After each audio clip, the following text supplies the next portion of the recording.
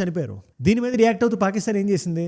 American embassy in Pakistan నుంచి tweet వచ్చింది పాకిస్తాన్కి. సర్గియో గోర్ గారు రాశారు, హీఈస్ ద కరెంట్ అంబాసిడర్. మీరు వర్డ్స్ ని కొంచెం జూమ్ ఇన్ చేసి చూడండి, మీరు జాగ్రత్తగా చూడండి. హీఈస్ వెరీ క్లియర్, అక్కడ జరిగింది ఉగ్రవాద దాడి, దాన్ని మేము ఖండిస్తున్నాం అని రాశాడు. ఓకే, పర్లేదు. పాకిస్తాన్కి అమెరికా రాసింది ఫ్రెండ్లీ నేషన్స్, ఓకే. మరి అలాంటి దాడే కదా ఒక రోజు ముందు మన దగ్గర జరిగింది భారతదేశంలో. మరి దీని మీద రియాక్ట్ అయినప్పుడు ఇదే అమెరికన్ ఎంబసీ మరి ఎక్స్ప్లోజన్ అంటే ఏంటి? ఏదో యాక్సిడెంట్ జరిగినట్టు భారతదేశంలో మేము సంతాపం తెలియజేస్తున్నాం, అదంతా ఓకే. కానీ కండెమ్ ఎక్కడ? కండెమ్ అనే వర్డ్ ఎక్కడ?